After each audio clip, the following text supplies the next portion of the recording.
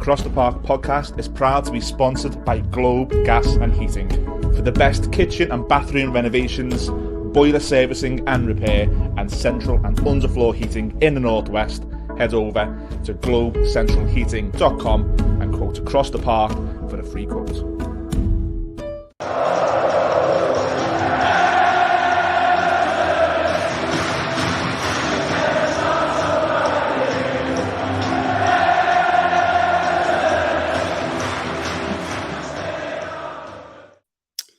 Hello everyone, welcome back to another episode of Across the Park podcast.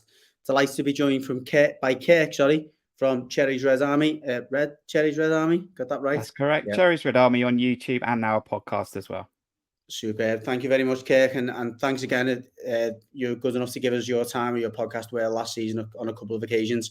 We were just saying before we kicked this off that it's a slightly different dynamic to the last time we played at Goodison. Obviously, we were right up against it, needed to win. I think your words last time that you guys were on the beach. It's a far cry from that this time. Certainly for you guys and for us, there's a feeling of deja vu. Yeah, I came down for that final game of the season last season. Great atmosphere, great stadium as well. I know you're moving on very, very soon, and you got yourselves over the line. We had checked out after we got to 39 points and we lost our last 4 games in the Premier League. So that was us done. But another Premier League season ahead of us, a new era, a new head coach. I'm sure we'll get stuck into where we are after 7 games. But this is a tense moment for both football teams, for both sets of fans, for both managers. Yeah, I mean, I don't really want to walk away from this with a loss. And I'm sure Everton fans feel exactly the same way. 100%. Well, just while we're on, obviously the new area, if you like, Areola's come in. I was asked to do a prediction at the start of the season in terms of how the table would end up. I had you guys just above the drop zone with the 3 relegated teams going down and us slightly above yous. And the reason I gave that I thought we might finish ahead of yous was I thought it might take a while for the manager to initiate his style. It's very different to the more passive approach, I guess you'd say, under Gary O'Neill. Than, Areola's got more of a reputation for wanting to press teams and a Bielsa type approach to games. Have you seen that so far, or does it feel a little bit like the team hasn't quite got used to that, or not? Well, I'll snap your hand off a 17th right now. I'll tell you that for sure. And a lot of Bournemouth fans will say even now, even under our new ownership and our new promise that's coming down the road, hopefully with a new stadium, a new training ground, that 17th is always the aim for Bournemouth fans. But we finished 15th last season and you want to try and set expectations a little bit higher. Look, it's a new era. I absolutely back it. It's a new dynamic for the club. We've never appointed a manager outside the UK. Areola comes with a lot of promise from what he did previously in the Liga, beat a lot of football teams with a style that's very progressive, very creative, but asks a lot of the players in that squad. This football team that we've had since Eddie Howe's left under 3 or 4 managers has always sort of played with a pragmatic football style.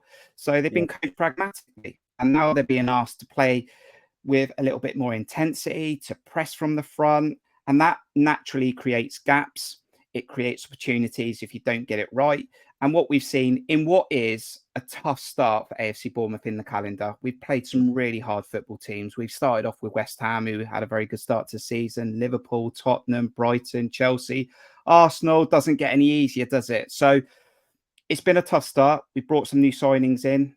The big ones that we really needed, Tyler Adams and Alex Scott, haven't even got going yet. They're still injured and they won't be available for this game. So it's not been easy for Andoni Areola. There's no panic at the moment.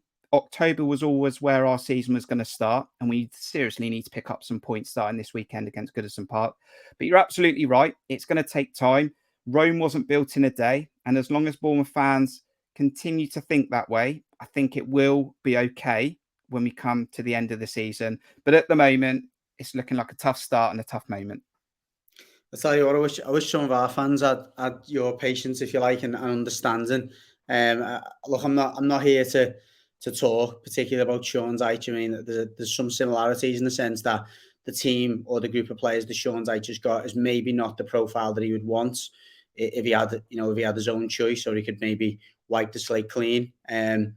But, the inconsistency in our results and performances has been frustrating to say the least. So just to pick up on a few things you've said there, and I guess to put your start, which on paper, if you look at your position in the league, looks like a poor one.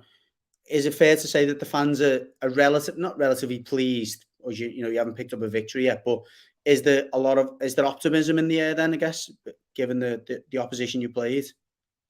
Every Bournemouth fan that I've spoken to have all said it was a tough start to the season. And Andoni Iraola said it was a tough start to the season. We've got 3 on the board.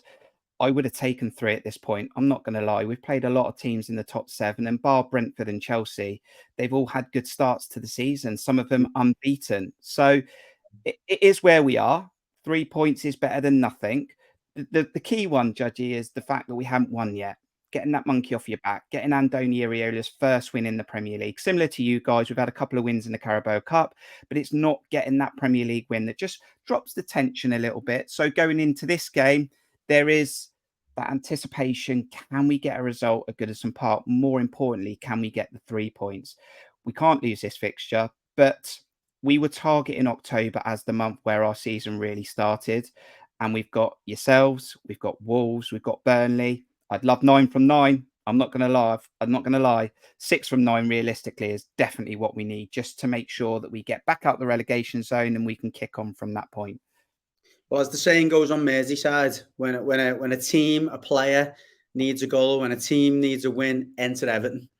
You couldn't be playing a better side, honestly. If anyone needs to lose that monkey off the back, just visit Goodison. It normally comes off for you.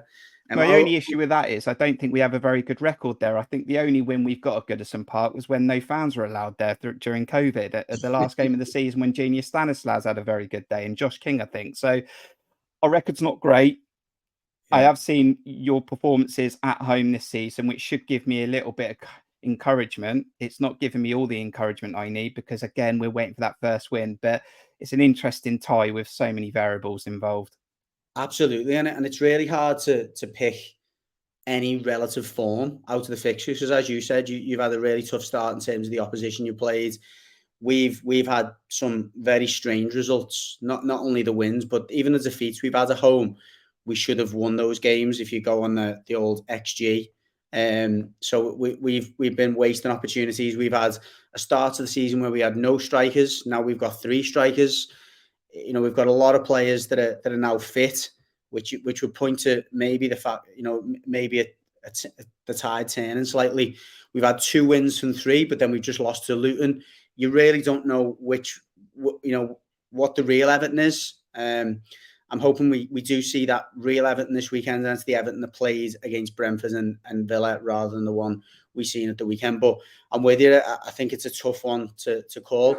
But in terms of focusing on you guys, and we spoke generally about the start in terms of points on the board, and you've spoke a little bit about the more progressive style. What can we expect to see from Bournemouth in terms of formation, style of play, in terms of, is it back to front? Is it, we playing through the lines? And what individuals should we look out for? Yeah, so this is where our problem has hit us. And if you were able to catch any highlights from Arsenal, they absolutely destroyed us. So with this Andoni Iraola style, it's been very patchy. It's been very clunky. So this is meant to be an identity where you press from the front, and we half do it. Some players want to do it. Some players are scared to do it. And if you don't do it as a unit, it just gets found out, and we are getting found out. What you'll find if we continue to do what we have been doing is there's lots of spaces in the middle. We lost Jeff Lerma this summer to Crystal Palace. We brought in Tyler Adams, which was meant to be his replacement, out with a hamstring injury. So we're dealing with Lewis Kirk, who's a good player, but he ain't Jefferson Lerma, and he's not the full CDM package. So I think what we've done recently is try to play Philip Billing a little bit deeper. And as you would have seen last season, Philip Billing was our top goal scorer, who's played a more advanced role in the last 3 seasons. So Iraola's trying to do something different with Phil Billing, and we're not getting the impact that we've had in the Championship and the Premier League last season. So what I want to see this weekend is for Phil Billing to play higher up. I'd like to see Joe Rothwell come back into this team and play a double pivot, because I just don't want to see those spaces. I know Doucouré had a good game against us in that final game of the season. He can be a handful at times. I just want to close those gaps. I want us to be really effective from the wide areas. We're not passing the ball well when we get there. We're taking too many touches. Dom Solanke has got goals this season, but he wants to take an extra touch. I want to see us have more shots. I'm wanting an awful lot, Judgy. And we'll just have to see what happens. But we've conceded 15 goals this season, and 90% of them, we've been our worst enemy. Decision-making, mistakes. I don't look at any goals really that we've conceded and gone, do you know what, fair play. That was a great goal. We've literally handed so many goals on the plate. That has to stop now because you're playing teams in and around you and we need to get points on the board. So mistakes needs to stop. We need to be better with the ball. We need to close those gaps and we need to score against you. I know your form's not great at home, but you don't concede an awful lot, in my opinion. So we have to take those chances. Yeah, again, really interesting dynamic because there's a lot of, I wouldn't say similarities. It's almost the opposite problem that we're having. We're having lots of shots. We're creating lots of chances. We can't score. The goals that we're giving away, I wouldn't say we would necessarily handle them on the plate, but it's more a case that we're allowing the opposition to play to their strengths instead of counteracting them. And we spoke about that on our podcast today. For example, we played Luton at the weekend, who were always going to go direct. So instead of trying to cut out those long balls, we allowed them to play out and allowed them to play balls in behind us, which inevitably led to us giving set pieces away and allowing them to get crosses into the box from set plays. We were saying that we're hoping this weekend that Dyche will go to a 3-4-3, which he played at Aston Villa away. That would make it interesting because I'm half thinking, if you guys are struggling in the middle, maybe we need that extra body in there to just win that battle all day long. But the 3-4-3 for us that we see in a Villa was probably as fluid as we played, and it allowed us to get more of our attacking players on the pitch who are a goal threat, and that's not what we didn't have against Luton. Now, Doucouré is Doucouré to us is a bit like the Philip Billing for you. When he's played deep, he struggled to splice athleticism. When he plays high up the pitch, he gets you a goal, but unlike Philip Billing, and maybe there is some more similarities there, he's very untidy, Doucouré. He's hustle and bustle and he's very physical, but when you're playing against the team where you're trying to break them down, like we were against Luton at the weekend, he gets a little bit lost because there's no spaces for him to run in behind. So I don't really know if Doucouré is going to play this weekend. If we go to a 3-4-3, he would probably be the one who makes way, and it would be James Garner and Onana that play in the middle. And we'd probably go with Calvert-Lewin, Jack Harrison, and McNeil or Danjuma, depending on who he prefers out of those two in the forward positions. You can keep Danjuma on the bench if you want, because that's one guy that has something in his locker. Doesn't always turn up every week, and he can sometimes go missing for 85 minutes, but he finds a goal from somewhere sometimes. Done it for us so many times previously. It's an interesting thing what you've said with the 3-4-3. I mean, I'm looking at this Everton team thinking, going to pack the midfield. Dyche is going to pack the midfield. I'm looking at 4-5-1. I might be completely wrong, but doing my research on you guys of late, it looks like a 4-5-1 with Doucouré obviously getting involved higher up. And there's some decisions for Andoni to make because, as I said, he hasn't got that real squad that he wants to pick from. I mean, Alex Scott is meant to be the gem in this squad, in this new foundation, this new era. Alex Scott, the new Guernsey Grealish, we're being told. And we can't get him on the pitch yet because of an ankle injury. We can't protect our back four with Tyler Adams. And he's trying to play this new identity. And I don't think we're ready for it yet. And I don't think the players that are currently in the team can do it. So what does Andoni do this weekend? Does he bin everything he's taught himself in the last 5 years as a coach to try and get some Premier League points, try and be tougher to beat, be gutsy? I don't know whether he'll do that. But all I do know is we've got to close the gaps. We've got to stop putting ourselves in positions where we make mistakes because we're costing ourselves so many goals. We're costing ourselves so many points. And I see October as an opportunity to get points. And we have to get a win on the board. Yeah, no, I think there's no doubt.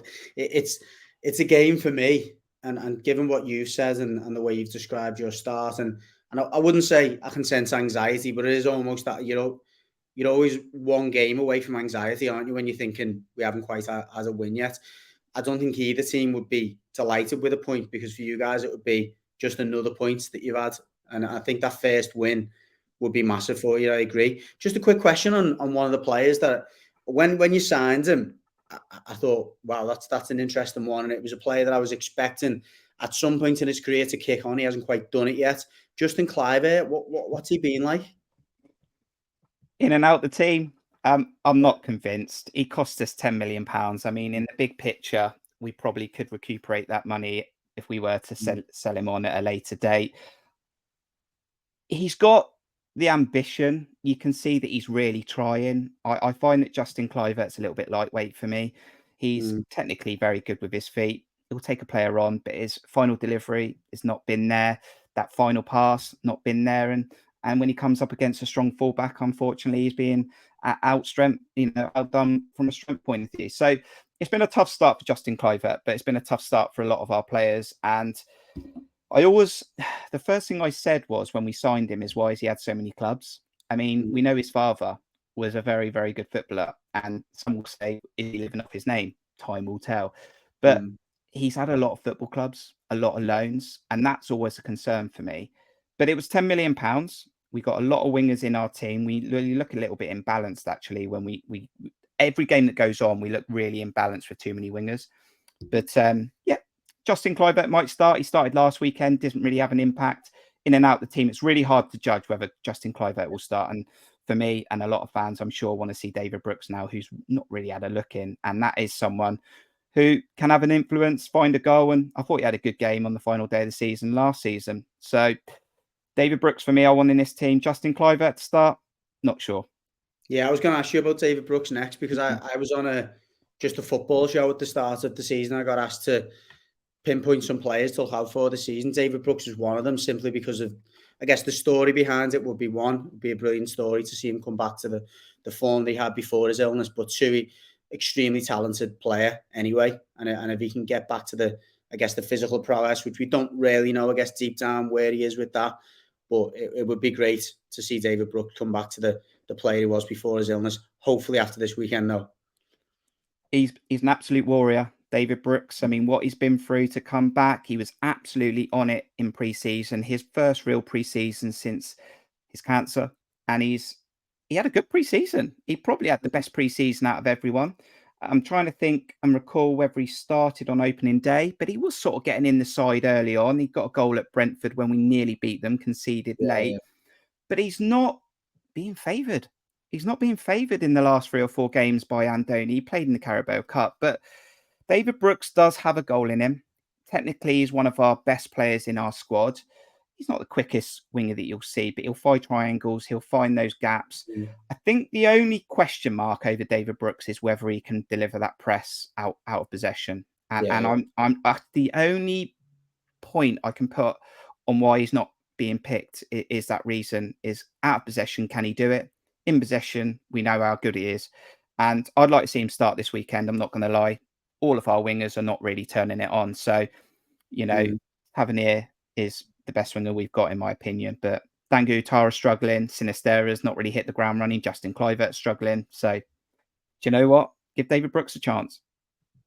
Last one in terms of the personnel then, is Dom Solanke still looking like, is he still your main man? Is he in form? I guess, he hasn't scored, has he got 2 or 3, is he? Yeah, he's got more than he would normally have at this moment. I mean, he only got 5 or 6 last season, so he's already about 50% where he was last season. Dom Solanke signed a new contract as well on a long-term deal. Fan favourite. We all want him to do well. Not the complete number 9, I would say. Does a lot more than that. Holds up the ball, tries to bring players in, chases, runs the channels, does press from the front. Carrying potentially a little knock from the Carabao Cup game. So he scored against Stoke City and then went off with an ankle injury. Didn't look completely 100% for me against Arsenal. But then again, still played 97 minutes when you're losing 4-0. So that's a bizarre decision to make.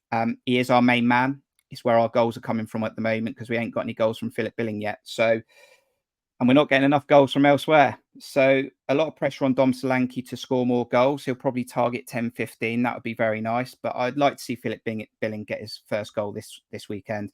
But he does need to play in a more advanced role. He does need to get close to the box because he's very, very good when he gets within 18 yards. So I'd like to see that. Dom Solanke might score. He might not score. It's always a tough one to judge. He's not ruthless all the time. likes to take an extra touch sometimes, like he did against Arsenal. But everything is pinning on to Dom Solanke to get us over the line and get us some 3 points. Yeah, he seems very similar to me to Dominic Calvert-Lewin. Again, in many ways, all those attributes you've just described then go with Dominic Calvert-Lewin. He always seems to be carrying a knock, Dominic Calvert-Lewin as well. And he's another player who is happy to carry the mantle, but he's never really going to get you more than those 10 or 15 a season. So he needs someone else to be chipping in. And again, we equally rely on Calvert-Lewin for those goals as well. Yeah, really interesting. Just one last thing then, and you've touched upon the fact that you believe that most of your goals have come courtesy, if you like, of your own mistakes. If you're Sean Dyche, if you're Everton, how do you get at this Bournemouth team then, apart from maybe pressing them and forcing those mistakes?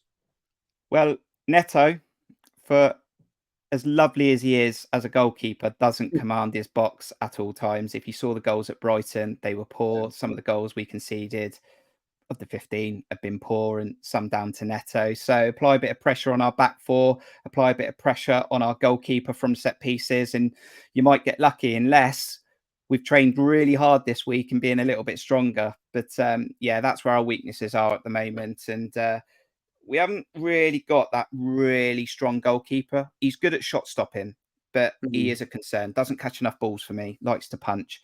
And it is a worry at the moment. And one of our best defenders, Lloyd Kelly, will also be out of this game.